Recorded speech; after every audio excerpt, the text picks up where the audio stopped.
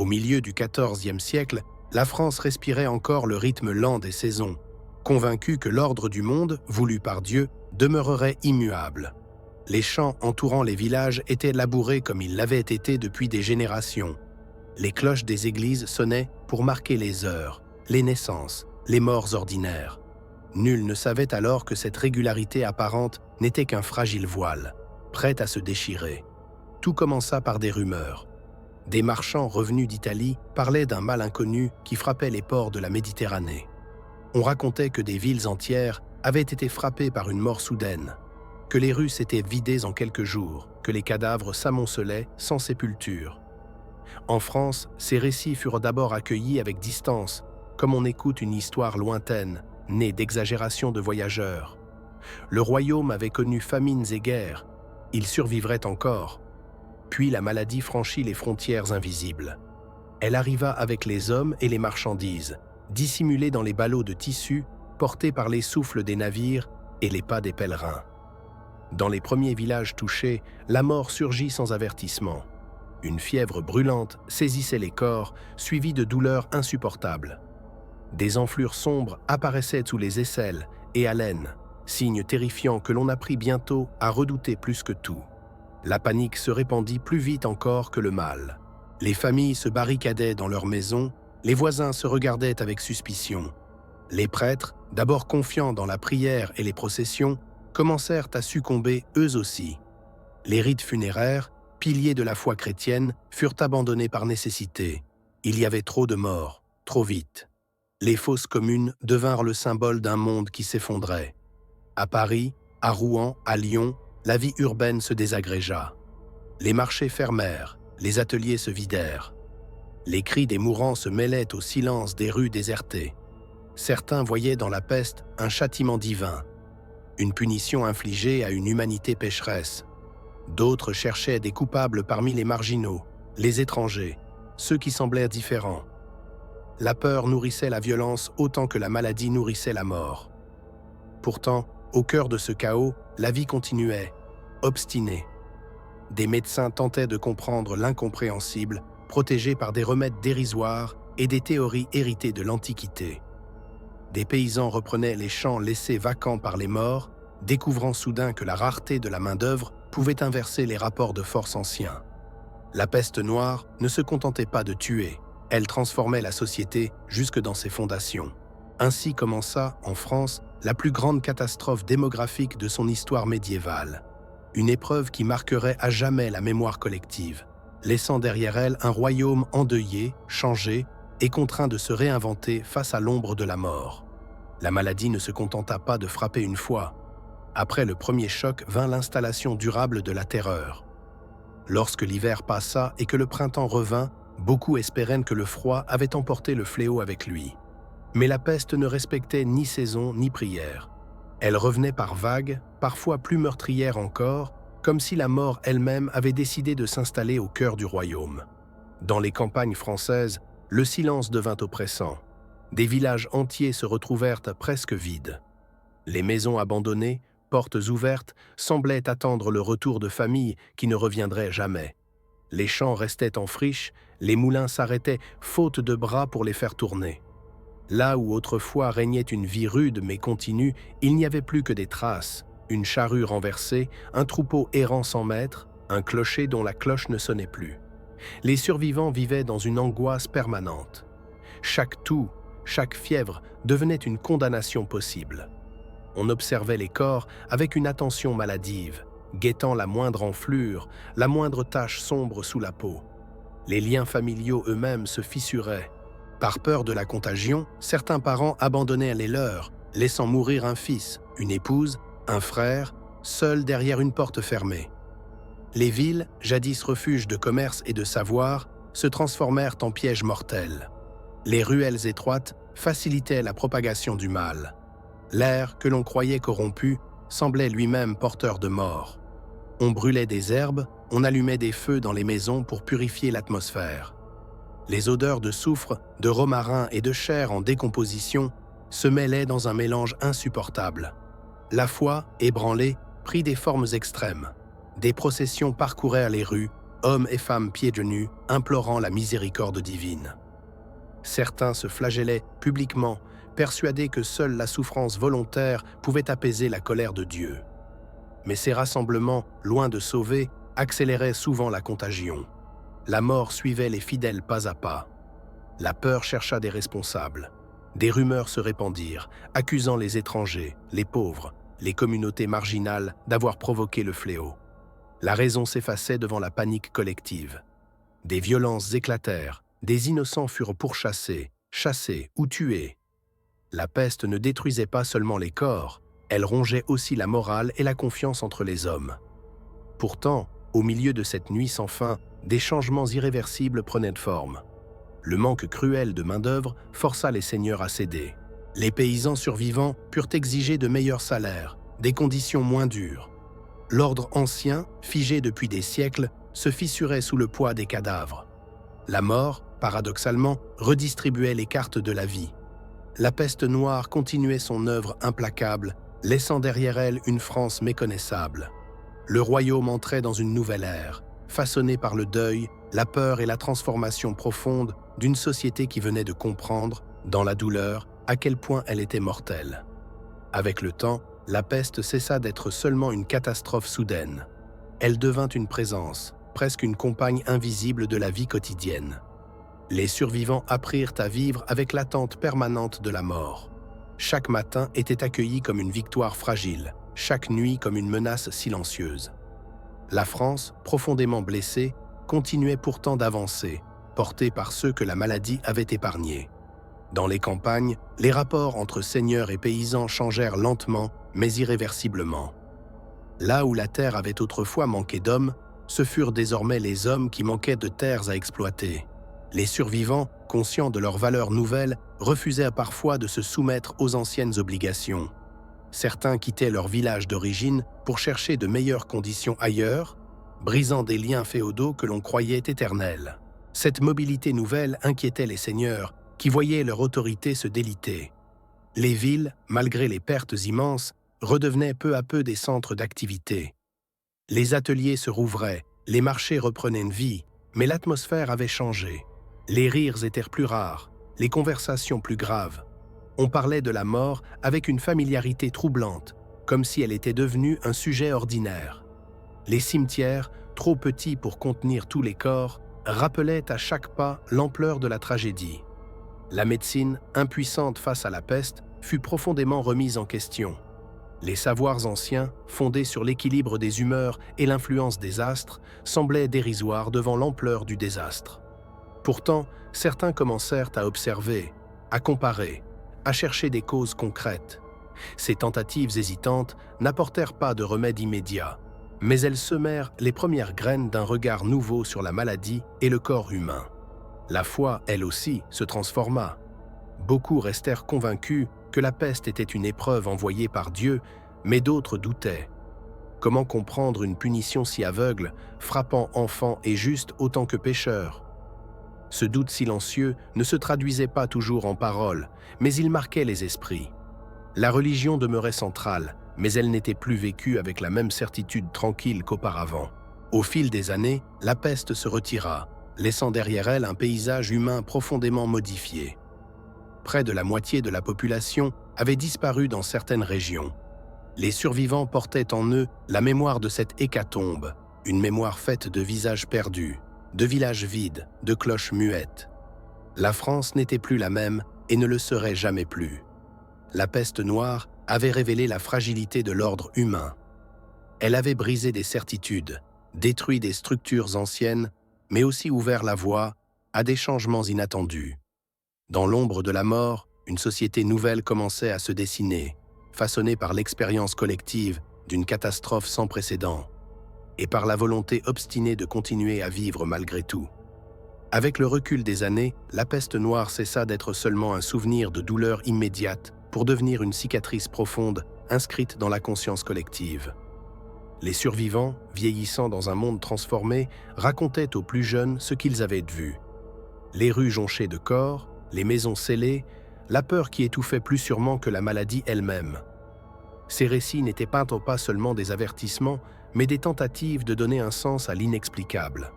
la mort massive avait modifié le rapport des hommes au temps. Avant la peste, l'avenir semblait inscrit dans la continuité. On héritait du métier de son père, on cultivait la même terre que ses ancêtres, on mourait entouré des siens. Après la catastrophe, cette certitude s'effondra. On comprit que tout pouvait disparaître en quelques semaines. Cette conscience nouvelle rendit certains plus prudents, d'autres plus audacieux. Puisque la vie pouvait s'achever sans prévenir, pourquoi ne pas tenter ce qui semblait autrefois impossible? Dans les campagnes, des terres restées longtemps abandonnées furent reprises. Les paysages se recomposèrent lentement. Des forêts gagnèrent sur les champs délaissés, tandis que d'autres zones furent mises en culture par de nouveaux occupants. Les villages ne retrouvèrent pas toujours leur population d'avant, mais ceux qui subsistaient s'adaptèrent. Les communautés, plus petites, devinrent parfois plus solidaires, liées par la mémoire commune du désastre. Les villes, quant à elles, évoluèrent différemment. Le vide laissé par les morts ouvrit des opportunités inédites. Des artisans inconnus prirent la place de maîtres disparus. Des fortunes modestes se construisirent là où il n'y avait auparavant qu'un avenir figé. Les hiérarchies sociales, sans disparaître, se firent moins rigides. La peste avait montré que la naissance ne protégeait pas de la mort, et cette évidence ébranlait les certitudes les plus anciennes. La culture elle-même se transforma. L'art, la littérature, les images de la mort envahirent les églises et les manuscrits. Squelettes dansants, fresques macabres, sermons obsédés par la finitude rappelaient sans cesse la fragilité humaine. Mais derrière cette obsession morbide se cachait aussi une volonté de comprendre, d'apprivoiser l'inévitable. Regarder la mort en face devenait une manière de lui résister. La peste noire, en France, ne fut donc pas seulement une tragédie sanitaire. Elle fut une rupture historique, une frontière invisible entre deux mondes. Elle détruisit sans distinction, mais de cette destruction naquirent de nouveaux équilibres, de nouvelles aspirations. Les hommes et les femmes qui avaient survécu portaient en eux une vérité brutale. Rien n'est éternel, ni les royaumes, ni les lois, ni les certitudes humaines. Et tandis que le souvenir de la grande peste se transmettait de génération en génération, il demeurait comme une ombre silencieuse, rappelant à chacun que la vie, aussi ordinaire soit-elle, tient parfois à un fil invisible. Avec le passage des décennies, la peste noire ne disparut jamais complètement de l'horizon mental des Français. Même lorsque les vagues les plus meurtrières s'éloignèrent, la crainte demeura tapie dans les esprits. Le simple mot de « peste » suffisait à glacer le sang. Chaque nouvelle fièvre inexpliquée réveillait la mémoire du cauchemar, comme si la mort pouvait à tout instant reprendre son souffle et revenir. Les survivants portaient la marque invisible de ce temps maudit. Beaucoup avaient perdu des parents, des enfants, parfois des lignées entières. Les noms de famille s'éteignaient, remplacés par d'autres venus d'ailleurs.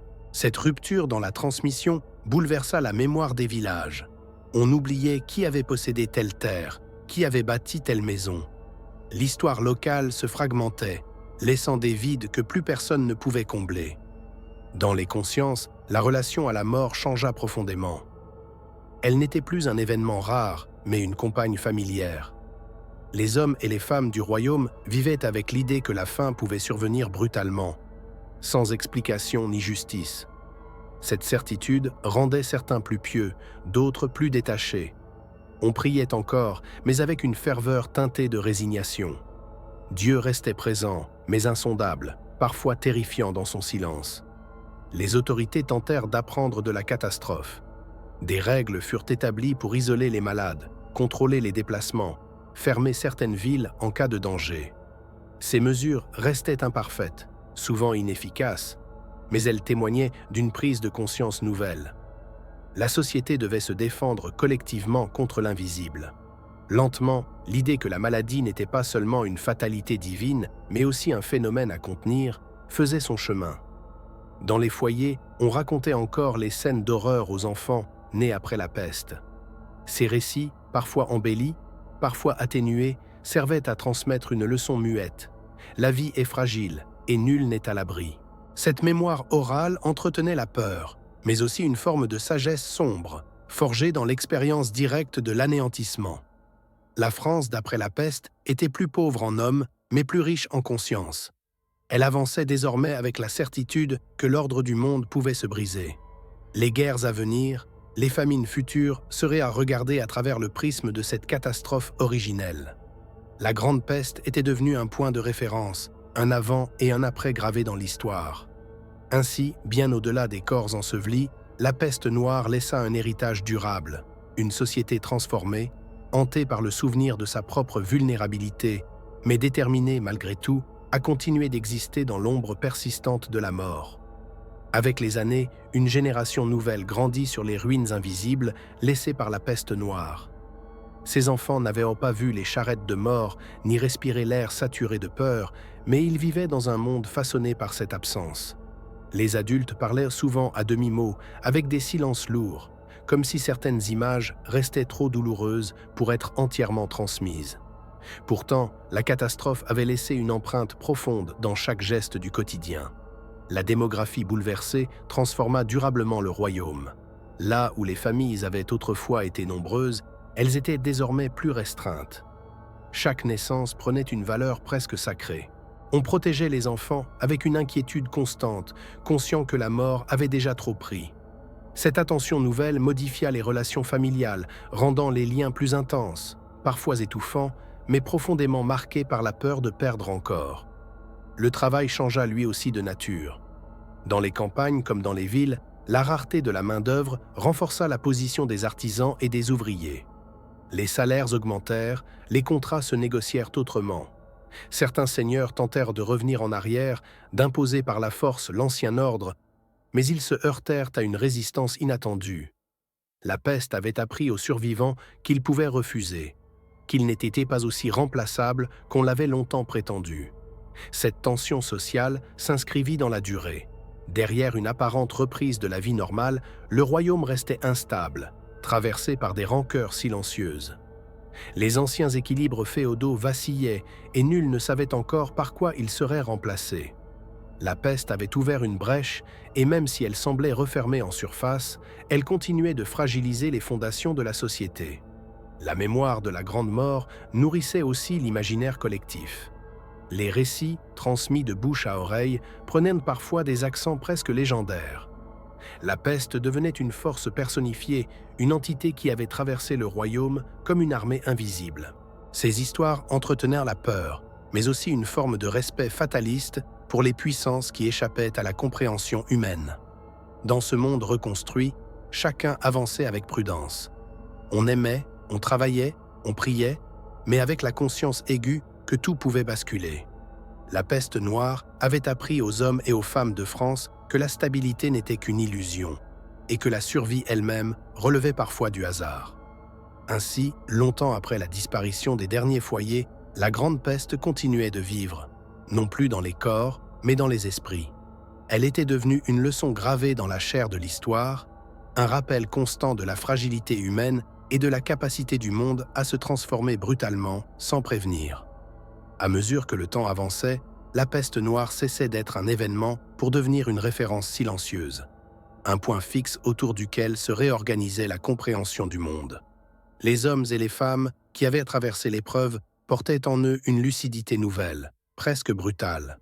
Ils savaient désormais que l'histoire pouvait basculer sans annonce, que les certitudes humaines n'étaient que des constructions fragiles. Dans les campagnes françaises, cette conscience modifia le rapport à la terre.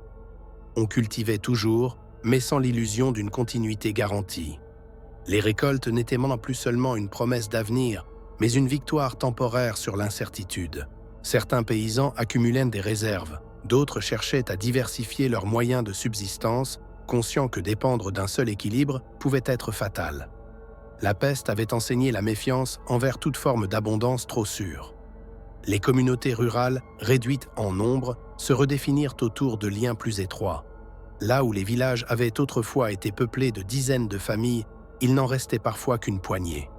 Cette proximité renforcée engendrait solidarité et tension à la fois. Chaque conflit prenait une importance démesurée, car chacun savait que perdre un voisin, même par la discorde, affaiblissait l'ensemble du groupe. La survie collective passait avant les querelles anciennes. Dans les villes, une autre dynamique se mettait en place. Les survivants, marqués par l'expérience de la mort omniprésente, développaient une relation différente au risque. Certains se lançaient dans des entreprises audacieuses, fondaient des ateliers, prenaient des décisions que leurs parents n'auraient jamais osé envisager. D'autres, au contraire, vivaient dans une prudence extrême, évitant tout ce qui pouvait rappeler le désordre et le danger. La peste avait creusé des lignes invisibles entre les caractères, révélant la diversité des réactions humaines face à la peur. La mémoire de la catastrophe influençait aussi les choix politiques. Les autorités locales, conscientes de leur impuissance passée, cherchaient à renforcer leur contrôle, à mieux organiser les villes, à surveiller les flux d'hommes et de marchandises. Cette volonté d'ordre était née du chaos. Même si les moyens restaient limités, l'intention marquait un changement. Le monde ne devait plus être abandonné entièrement au hasard ou à la volonté divine. Pourtant, malgré ces tentatives de maîtrise, une vérité demeurait. La peste noire avait démontré que l'homme ne dominait pas tout. Cette humilité forcée s'inscrivait profondément dans les mentalités. On avançait désormais avec une conscience aiguë des limites humaines, mêlant prudence et résignation, espoir et crainte. Ainsi, la France continuait de se reconstruire, lentement, sur les fondations instables laissées par la Grande Mort. Chaque pas vers l'avenir était accompagné de l'ombre du passé, rappelant que ce qui avait été vécu une fois pouvait peut-être revenir. Et dans cette incertitude permanente, les hommes poursuivaient leur route, transformés à jamais par l'expérience de la peste noire. Avec l'éloignement progressif de la Grande Peste, une question obsédait désormais les esprits. Comment vivre après avoir vu le monde s'effondrer? La France avançait, mais elle avançait différemment, comme un survivant marqué à vie. Rien n'était plus jamais perçu comme allant de soi. La prospérité retrouvée semblait fragile, presque suspecte, comme si l'abondance risquait à tout instant d'attirer de nouveau la catastrophe. Dans les foyers, la mémoire de la peste se transmettait sans cesse, parfois même sans mots. Elle se lisait dans les gestes de précaution, dans la méfiance envers les maladies, dans l'attention portée aux signes du corps. Une simple fièvre suffisait à raviver la peur ancienne. Les anciens surveillaient les jeunes avec une vigilance presque anxieuse, cherchant à prévenir ce qu'ils savaient ne pouvoir totalement empêcher. La société française, profondément marquée, développa une forme de conscience collective du danger. On évitait davantage les foules lors des périodes de maladie, on se souvenait que l'isolement, autrefois perçu comme une cruauté, avait parfois été la seule barrière contre la mort. Ces réflexes, nés de la terreur, devinrent peu à peu des habitudes, intégrées à la vie quotidienne. Sur le plan moral, la peste avait laissé un héritage ambigu. D'un côté, elle avait renforcé la solidarité entre certains, convaincus que seule l'entraide permettait de survivre. De l'autre, elle avait aussi laissé des traces de méfiance profonde. On savait désormais à quelle vitesse la peur pouvait transformer un voisin en ennemi. Cette double leçon, fraternité et suspicion, cohabitaient dans les esprits, rendant les relations humaines plus complexes, plus prudentes. Le regard porté sur l'existence changea également. Beaucoup cherchaient à donner un sens à leur survie. Pourquoi avaient-elles été épargnées quand tant d'autres avaient disparu? Cette question hantait les consciences.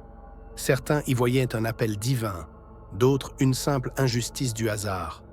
Mais tous portaient ce poids intérieur, celui d'avoir vécu quand d'autres n'avaient pas eu cette chance. La peste noire avait ainsi créé une fracture invisible entre ceux qui avaient connu le monde d'avant et ceux qui ne l'avaient jamais vu. Les plus jeunes grandissaient dans une société déjà transformée, sans mesurer pleinement ce qui avait été perdu. Les anciens, eux, comparaient sans cesse, conscients que la France qu'ils avaient connue autrefois ne reviendrait jamais. Et tandis que le royaume poursuivait sa lente reconstruction, une certitude demeurait. La Grande Peste avait enseigné une vérité implacable. L'homme pouvait bâtir, organiser, croire maîtriser son destin, mais il resterait toujours vulnérable face à l'invisible. Cette leçon, apprise dans la douleur, continuait de façonner silencieusement chaque génération, comme une ombre persistante projetée par la plus grande catastrophe qu'ait connue la France médiévale. Avec le temps, la peste noire s'inscrivit dans une mémoire plus large, mêlée aux guerres, aux famines et aux bouleversements politiques qui continuèrent de secouer la France. Elle n'était plus seulement un souvenir personnel, mais un repère collectif, presque une frontière invisible dans le récit du royaume. On parlait désormais d'un avant et d'un après, comme si la Grande Mort avait coupé l'histoire en deux. Les institutions elles-mêmes portèrent les traces de la catastrophe. Les lois, les coutumes, les usages s'étaient adaptés à une société moins peuplée, plus mobile, plus instable. Les autorités, autrefois sûres de leur permanence, avaient appris que leur pouvoir pouvait vaciller face à une force qu'aucune armée ne pouvait combattre. Cette prise de conscience rendit certaines décisions plus prudentes, d'autres plus autoritaires, toujours hantées par la peur de perdre le contrôle. Dans les esprits, la peste nourrissait une vision du monde plus sombre, mais aussi plus lucide. On ne croyait plus aveuglément au progrès ou à la protection divine. On savait que la destruction pouvait surgir sans prévenir, et cette certitude influençait les choix, les comportements, les espoirs. L'avenir n'était plus une promesse évidente, mais une possibilité incertaine, à conquérir jour après jour. La transmission de cette mémoire devint essentielle. Les récits de la peste étaient racontés lors des veillées, dans les foyers, parfois dans les sermons. Ils prenaient de la forme d'histoires terrifiantes, mais aussi d'enseignements implicites. Il fallait se souvenir pour ne pas être pris au dépourvu, pour reconnaître les signes, pour comprendre que la survie dépendait autant de la vigilance que de la foi. Pourtant, malgré ce poids du passé, la vie continuait de s'affirmer. Les naissances, les fêtes, les travaux des champs rappelaient que le monde ne s'était pas arrêté. Cette persistance de la vie, presque obstinée, était peut-être la plus grande réponse à la peste. Là où la mort avait voulu tout effacer, les hommes reconstruisaient, imparfaitement, mais avec détermination. La France médiévale avançait ainsi, marquée à jamais par l'ombre de la peste noire. Elle n'oubliait pas, mais elle apprenait à vivre avec ce souvenir, à l'intégrer dans sa vision du monde. La grande mort n'était plus présente dans les corps, mais elle continuait de façonner les pensées, les peurs et les choix, comme une voix lointaine rappelant sans cesse la fragilité de toute existence humaine. La peste noire continuait de hanter le royaume de France, même dans les régions qui avaient été relativement épargnées lors des premières vagues. Les villages isolés percevaient chaque visiteur avec suspicion, craignant qu'il ne rapporte le mal avec lui.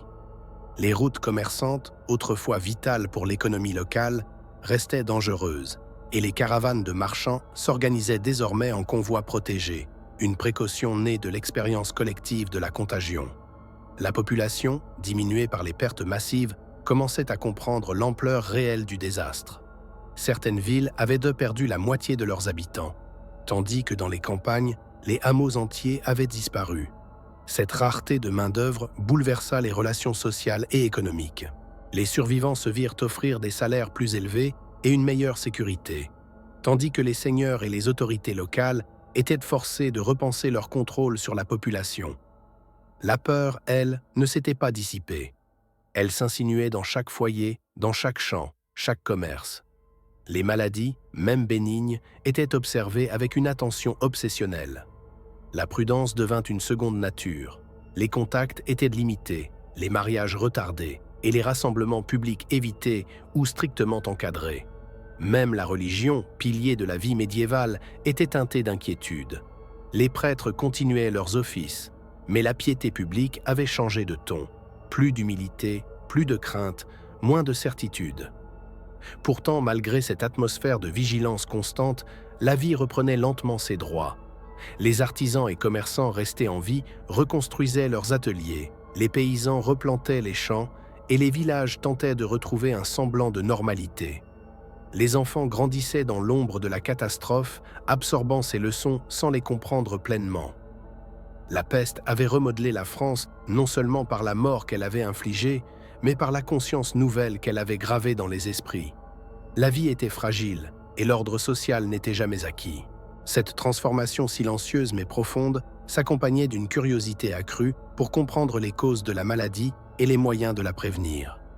Les médecins et lettrés commençaient à observer les patterns de contagion, expérimentant des mesures d'isolement et de quarantaine. Les pratiques médicales traditionnelles restaient rudimentaires, mais la volonté de trouver des réponses, née de l'expérience collective de la mort, jetait les bases d'une approche plus rationnelle face aux épidémies futures. Ainsi, la France de l'après-peste noire n'était plus la même. Elle portait les cicatrices visibles et invisibles de la Grande Mort. Une population diminuée, des villages redessinés, des structures sociales et économiques transformées et une conscience collective profondément marquée par la fragilité de l'existence. Dans ce monde nouveau, la survie et la mémoire des événements récents guidaient chaque décision, chaque geste, chaque choix tissant un tissu social résilient mais toujours conscient de sa vulnérabilité. Les années qui suivirent les premières vagues de la peste noire furent marquées par une lente reconstruction, mais aussi par une méfiance persistante envers tout ce qui pouvait rappeler la catastrophe. Les villages et les villes cherchaient à retrouver une stabilité fragile, tout en portant la mémoire des pertes subies. Chaque naissance, chaque mariage, chaque récolte devenait un événement célébré avec une gravité mêlée de soulagement. La vie elle-même était désormais perçue comme un fragile miracle à préserver. Les pratiques religieuses, bien que toujours centrales, reflétaient cette prudence et cette conscience de la fragilité humaine. Les processions et cérémonies restaient fréquentes, mais empreintes de respect mêlées de crainte. Les sermons mettaient en garde contre l'orgueil et la négligence des commandements divins, rappelant que la mort pouvait frapper sans avertissement. Les prêtres, eux-mêmes marqués par la perte de confrères et de fidèles, adaptaient leurs conseils, insistant sur l'humilité et la vigilance spirituelle. Les transformations économiques et sociales se stabilisaient, mais les tensions n'avaient pas totalement disparu. La rareté de la main-d'œuvre avait renforcé la position des paysans et des artisans survivants, qui pouvaient désormais négocier de meilleures conditions. Certains seigneurs, incapables de maintenir le contrôle traditionnel, devaient s'adapter ou perdre leur influence. Cette redistribution des pouvoirs, lente et parfois conflictuelle, redessinait durablement les hiérarchies locales et les rapports de force dans le royaume. La médecine, quant à elle, commençait à tirer des leçons pratiques de la catastrophe. Même si les causes exactes de la peste échappaient encore aux connaissances de l'époque, l'isolement des malades et la mise en quarantaine des foyers infectés devinrent des pratiques courantes. Cette approche empirique, née de la nécessité, ouvrait la voie à une meilleure gestion des épidémies futures et à une observation plus systématique de la maladie. Sur le plan psychologique, la peur continuait de guider les comportements. Les survivants vivaient avec une vigilance constante, limitant les contacts, surveillant la santé de leurs voisins et scrutant les signes de fièvre ou de bubon. Cette prudence, dictée par l'expérience, contribua à préserver ce qui restait de la population et à éviter de nouvelles catastrophes de grande ampleur. Pourtant, malgré cette vigilance, la vie reprenait ses droits. Les champs étaient replantés, les marchés s'animaient de nouveau, les enfants grandissaient en ignorant parfois les détails les plus sombres de la Grande Mort, mais portaient dans leur éducation la mémoire des précautions à prendre. La France médiévale, profondément marquée, avançait ainsi dans un monde où la conscience de la fragilité humaine et l'expérience de la peste guidaient désormais chaque choix collectif et individuel, façonnant une société résiliente mais toujours hantée par l'ombre du fléau. Les années passaient et le royaume de France commençait à retrouver une normalité fragile.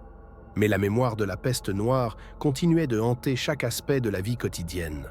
Les villages reconstruits portaient encore les traces visibles et invisibles de la catastrophe.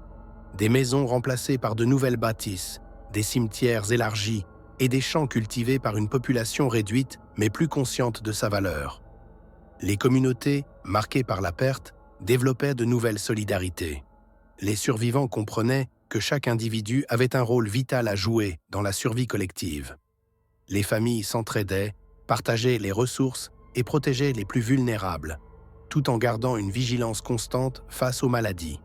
Cette solidarité, née de la peur et de l'expérience, forgeait une cohésion nouvelle, mais fragile. L'économie locale, elle aussi, se réorganisait. La rareté des travailleurs donnait aux artisans et paysans un pouvoir inédit. Ils pouvaient désormais exiger de meilleurs salaires et conditions, et cette répartition du pouvoir modifiait les rapports entre seigneurs et habitants. Certains seigneurs s'adaptaient, tandis que d'autres perdaient leur influence, incapables de maintenir un contrôle ancien dans ce monde transformé. Dans les villes, le commerce reprenait lentement. Les marchés, encore timides, étaient désormais régulés avec plus de précautions. Les marchandises étaient soigneusement inspectées et les contacts surveillés. Les caravanes de marchands se déplaçaient en groupe, limitant le risque de contagion et apprenant, parfois malgré eux, les premières leçons d'hygiène publique et d'organisation sanitaire. La médecine, bien qu'encore rudimentaire, commençait à tirer profit des observations accumulées pendant la catastrophe. L'isolement des malades et la mise en quarantaine devinrent des pratiques courantes, et certains médecins expérimentaient de nouvelles remèdes ou méthodes de prévention, jetant les bases d'une approche plus rationnelle face aux épidémies. Ces mesures, bien que partielles, témoignaient d'une prise de conscience collective. La survie dépendait désormais autant de la prudence que de la piété. Malgré tout, la vie s'affirmait avec ténacité. Les enfants grandissaient, les cultures reprenaient, et les villages se remplissaient de nouveau de rires et de bruits. Mais chaque pierre posée, chaque plante semée, chaque marché rouvert portait l'ombre de la grande peste, rappelant à tous que la fragilité de l'existence restait une réalité omniprésente. La France, transformée par le fléau, avançait ainsi dans un monde où la mémoire de la mort guidait désormais les gestes, les décisions et les espoirs de chacun. Alors que la France continuait sa lente reconstruction, les générations suivantes grandissaient dans un monde profondément marqué par la Grande Peste. Les enfants n'avaient pas connu le tumulte initial, mais la mémoire de la catastrophe se transmettait à travers les récits des survivants et les pratiques sociales héritées de l'expérience. Chaque village, chaque hameau portait les stigmates invisibles de la disparition massive. Maisons abandonnées, champs laissés en friche pendant des années, familles éclatées. Cette conscience collective de la fragilité de la vie influençait désormais toutes les décisions. Les paysans planifiaient les semailles et les récoltes avec une prudence nouvelle. Les artisans protégeaient leurs ateliers et leurs ressources, et même les enfants apprenaient à observer la santé et la vitalité de ceux qui les entouraient. Les survivants avaient compris qu'un geste imprudent pouvait entraîner la perte d'un foyer entier. Les structures sociales elles-mêmes s'étaient transformées. La rareté des hommes et des femmes capables de travailler donnait aux paysans et aux artisans un pouvoir inédit. Ils pouvaient négocier de meilleures conditions, refuser des obligations abusives et imposer un nouveau rythme à la vie rurale. Les seigneurs durent s'adapter ou voir leur influence diminuer, et de nouvelles relations de dépendance et de respect mutuel émergeaient dans ce paysage social transformé. La religion demeurait centrale, mais sa pratique était désormais teintée de prudence et de crainte. Les processions et les cérémonies continuaient, mais elles étaient empreintes d'une humilité nouvelle. Les sermons mettaient en garde contre l'orgueil et la négligence, rappelant que le mal pouvait frapper sans avertissement. Les prêtres, témoins de l'ampleur de la catastrophe, adaptaient leur enseignement, insistant sur la vigilance et l'humilité face aux forces invisibles qui régissaient la vie. La médecine, encore rudimentaire, commençait à intégrer certaines leçons tirées de l'expérience de la peste. L'isolement des malades, la mise en quarantaine et la surveillance des foyers infectés devinrent des pratiques courantes, jetant les bases d'une gestion plus rationnelle des épidémies. Même sans comprendre pleinement les causes, les habitants avaient appris que la prudence pouvait sauver des vies. Ainsi, le royaume de France avançait dans un monde remodelé par la catastrophe. Les villages renaissaient, les champs étaient replantés, les marchés réouverts, mais chaque geste portait l'ombre de la grande mort. La vie reprenait avec ténacité, mais la mémoire du fléau guidait désormais les comportements, façonnant une société résiliente, consciente de sa fragilité et de la valeur de chaque existence. Les décennies passaient, et la France du XIVe siècle s'installait dans une réalité transformée par la Grande Peste. Les villes, bien que partiellement repeuplées, gardaient des traces visibles de la catastrophe. Des rues larges où les maisons avaient disparu, des quartiers reconstruits à la hâte et des cimetières élargis où reposaient les innombrables victimes. Même les campagnes, où la vie semblait reprendre un rythme familier, portèrent les cicatrices de la rareté de la main-d'œuvre et de la redistribution des terres laissées vacantes. La population survivante développait de nouvelles stratégies pour faire face à la menace invisible qui avait bouleversé leur monde. Les communautés étaient plus soudées, la solidarité devenait une nécessité, et chaque membre de la société comprenait que la survie dépendait de l'attention collective aux gestes quotidiens. La transmission des connaissances sur la maladie et les mesures de précaution se faisait dans chaque foyer, chaque atelier et chaque village, intégrant la peur dans la mémoire collective et le comportement social. Les relations sociales avaient été profondément rééquilibrées. Les artisans et paysans, ayant survécu à l'épreuve, profitèrent d'une position nouvelle.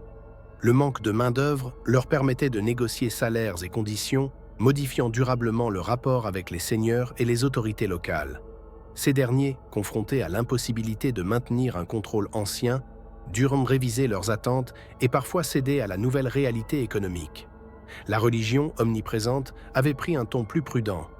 Les rituels, processions et offices continuaient, mais ils étaient désormais teintés de crainte et de respect renouvelé.